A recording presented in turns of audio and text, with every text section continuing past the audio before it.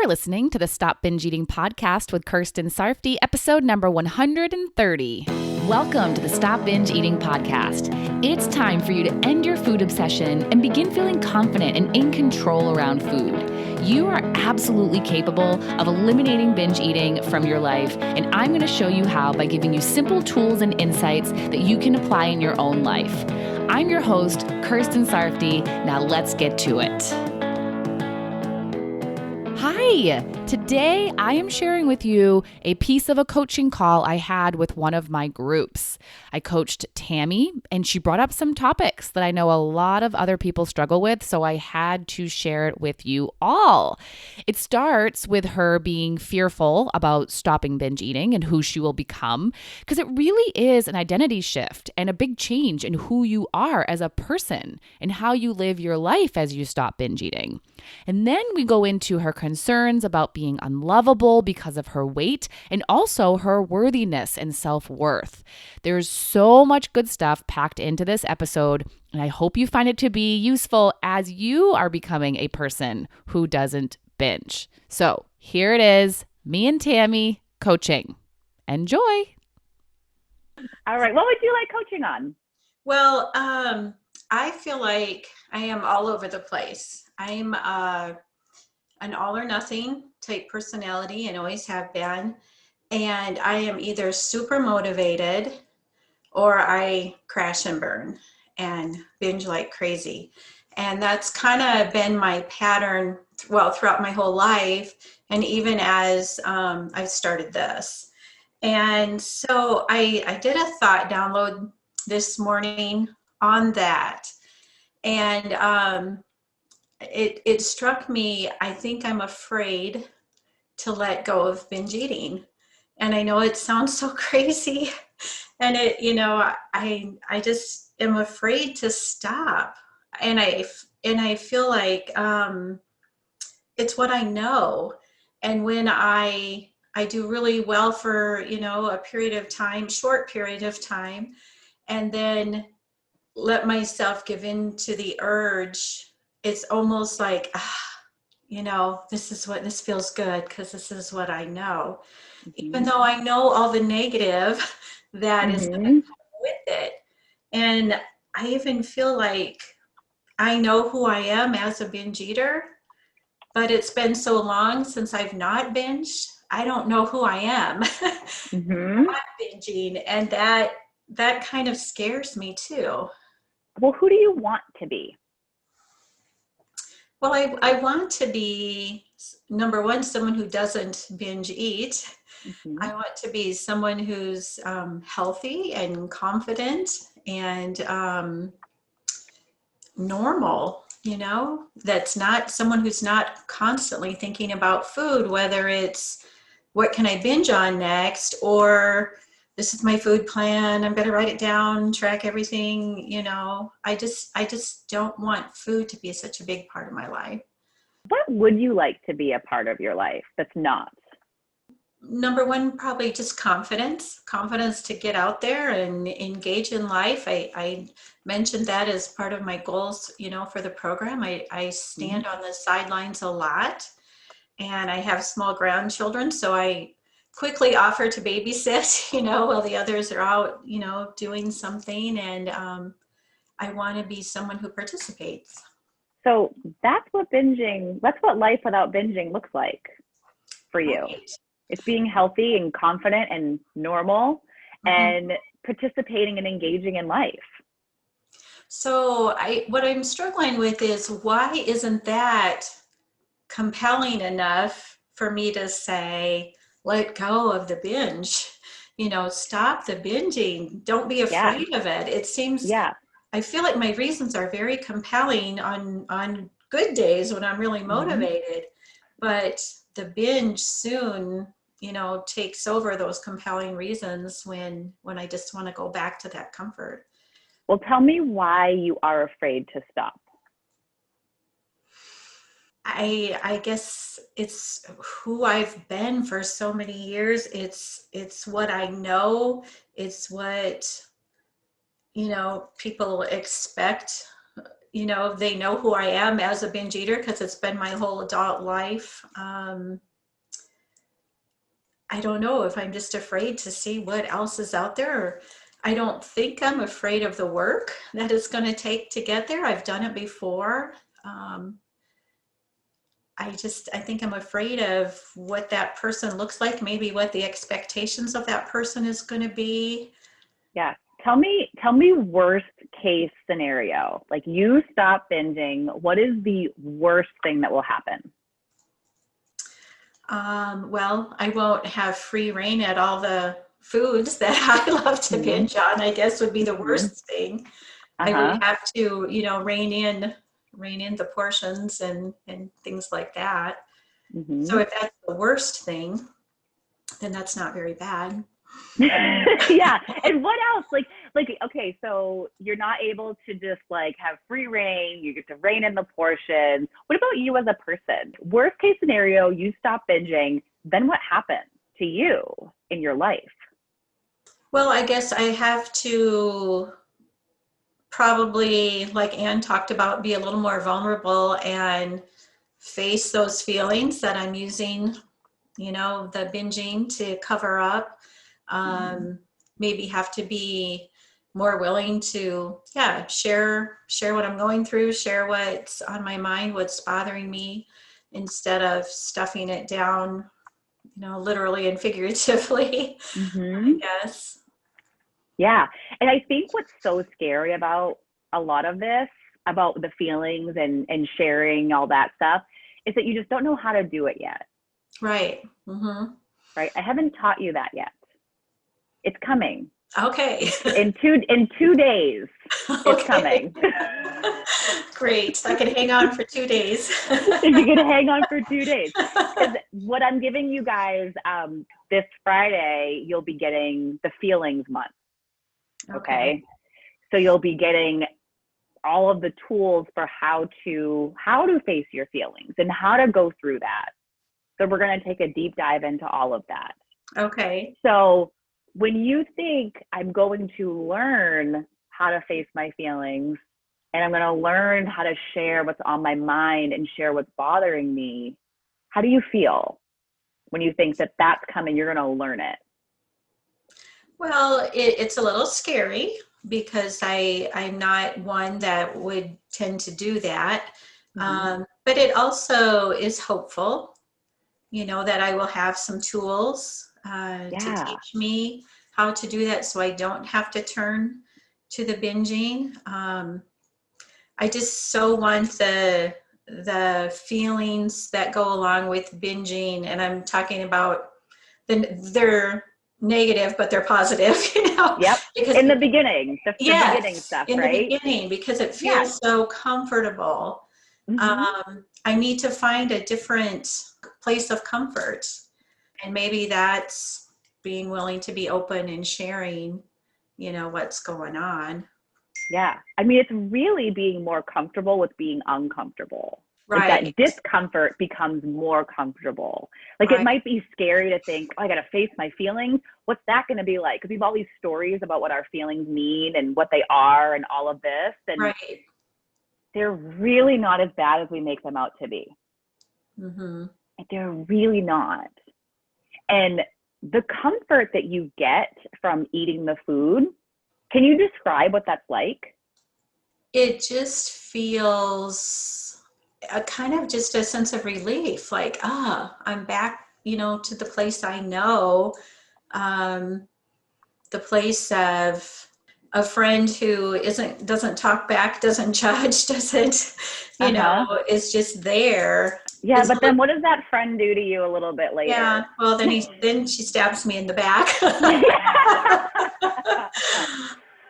Right. You have to be very transparent with this friend that we, this binge eating friend. Yeah, everything's great at first, but then the longer you hang out with her, it's like, oh, I actually don't like you. Like, you're so excited to see her because you're remembering all the good times. Right. The longer you hang out with her, you're like, oh, now I remember why I don't like spending time with you. Right. But it's, it's been so many years You know, I hit my lifetime in Weight Watchers when I was 15. Well, I'm 57. So, Yeah. So now we have to stop thinking about the past. yeah, Stop thinking about how you have been and start thinking about who you're going to become. right. And in my thought download, I got to the point where I could turn it around to trying to embrace that, who the new person is going to be. Yes, this Even though it is confident, kind of healthy, scary. normal person. It's just scary. It's scary because you don't know it yet. Right. And it's scary because you're thinking that it's going to be bad. Right. Right? Like, we don't know the future. We don't know what a healthy, confident, normal, participatory Tammy is going to look like. Like, we don't know what that's going to look like. And we can either get really excited about that or be scared about it. Right. Like, we don't know what she's going to be like. Right. Yeah. And it could be really good. It could be amazing. It could be everything you wanted for the last 57 years of your life. Yeah. Right. Right? But if you're too afraid to go there, then you're going to stop yourself. And you're going to be like, oh, no, let's just keep going back to the binge. This is comfortable. I know this. Instead of stepping outside of your comfort zone and getting a little uncomfortable. Right. Because I feel like that's what I'm doing. It's uncomfortable to think about that. And I guess in total transparency, and this sounds so crazy too, I've gone up and down so many times, and it's like people know me as I am. And so I stop binge eating. I hopefully lose a bunch of weight. In my mind, I'm hearing people go, oh, there she goes again. You know, how long is she going to keep it off this time? Or But you know what that really is? crazy? It's you. No. No, it's you. That's your thought. That's true. Whatever we think other people are going to think, it's always us. Yeah, that's true. Right? They may be like, hey, maybe she got it this time. That's true. Maybe this is it. Yeah. Right? But you're like, no, here I go again. I'm totally going to screw it up again. Yeah. I'm going to come back on. Right? No. Right. This time's different.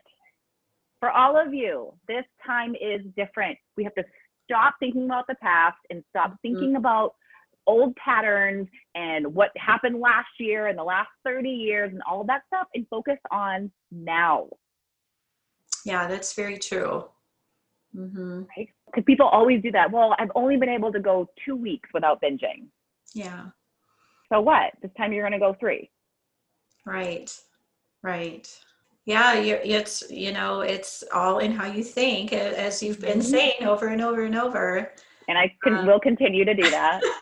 That's good. We need that. Yeah. Because we forget. Even us coaches forget sometimes. Yeah. So, it is how it is. But you have to focus on what this new Tammy is going to be like and be excited about her.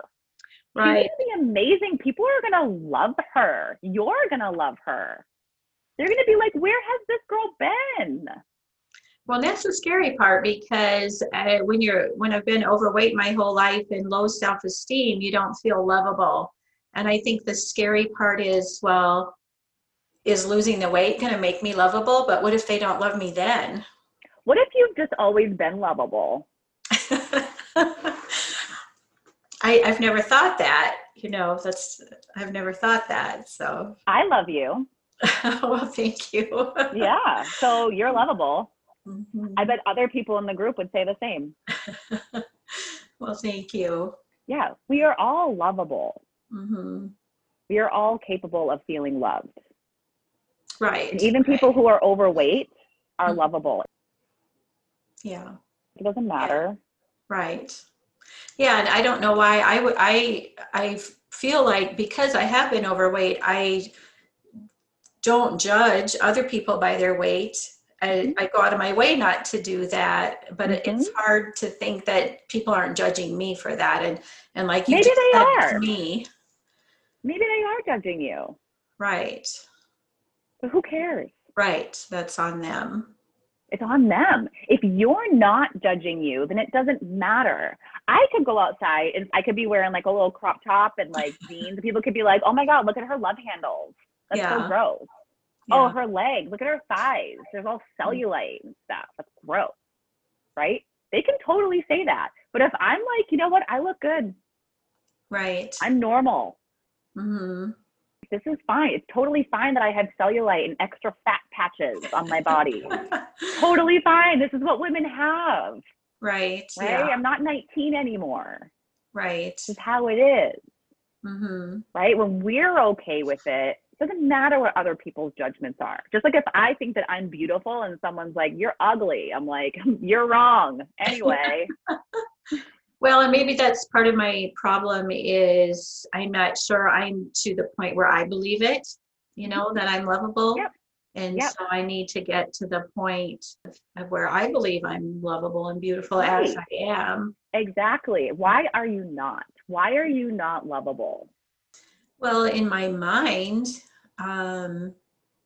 it's because I'm overweight and I've always had a low self-esteem and have not been a very confident person. And I'm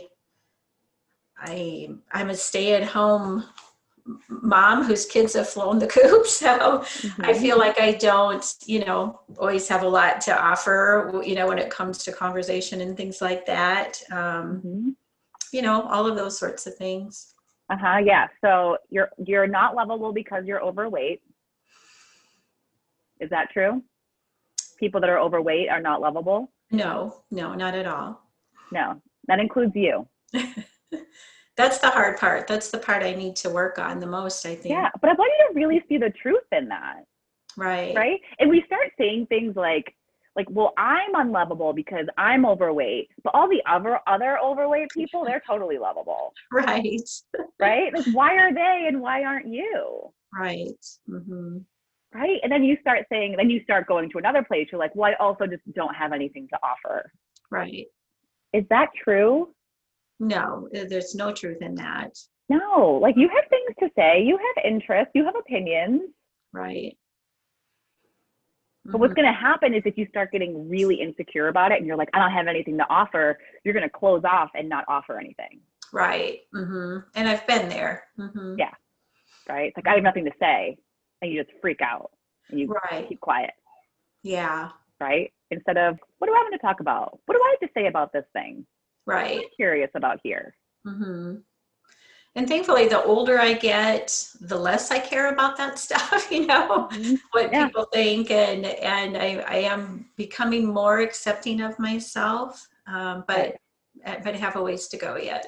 Yeah. Yeah. And I think that this overweight, lovable thing is something worth working on for you. Mm-hmm. And just, I can't stress the truth of this. Right.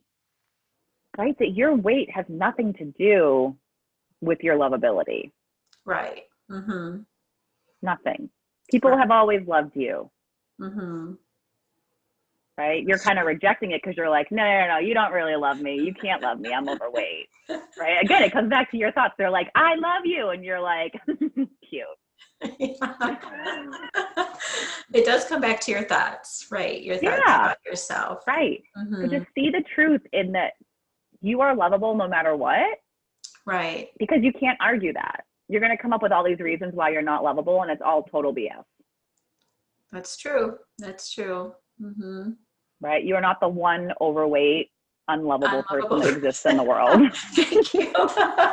That's a relief. Yeah, you're not. You're not. I bet if we went into Slack and we were like, okay, who else thinks they're unlovable because they are overweight? People would be like, me, I'm unlovable, I'm lovable. And then we'd all go back to each other like, what? No, not you. Yeah, right. Right? We're all going to argue with it because it's a lie. And I know I'm lovable. I don't know, maybe it's more a sense of worth, am I worth the effort or, Are you? Yes, I know I am. I guess actually the question is, why aren't you? Why aren't you worth the effort? Right.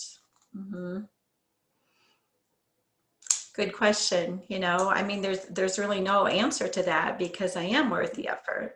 Right. Exactly. Of course you are. Because you're a human that deserves whatever it is that you want. Right. Mm-hmm. Right? Because we can go back to who in your life do you know that isn't worth it? Right. Nobody. Just you. I know it sounds crazy when you say it back to me, but those are the thoughts you have, you know. I know. Our thoughts are crazy. That's why right from the start of this program, I'm like, listen, everybody, you're going to say stupid things. You're going to say crazy things. Just say them, because it's important to vocalize them. And you're not the only one that's thinking these. Right. You're not. Mm-hmm. Well, that's what I've loved about Slack and the accountability group, because that's what you find out. You are not the only one with these crazy thoughts. No, you're not. And then once you say them out loud or write them on paper, then you can kind of look at them and be like, what? Yeah. Especially having somebody question them. Like, we can question all of our thoughts ourselves, but we don't always think to. So that's why it's like having a coach available where I'm like, why are you not worthy? Why are you not lovable? Right. And our brains stop really quick and they're like, wait, what? Yeah. That does sound crazy. Yeah. That's very true. Mm-hmm. Yeah. So just sit with that truth. You don't even have to go into thinking I'm totally lovable or anything like that. Just really sit in the fact that what you're thinking just doesn't make sense. Right. Mm-hmm. Right. And even the whole, comfort in binging, it just doesn't make sense. Nope. It doesn't make sense to go there.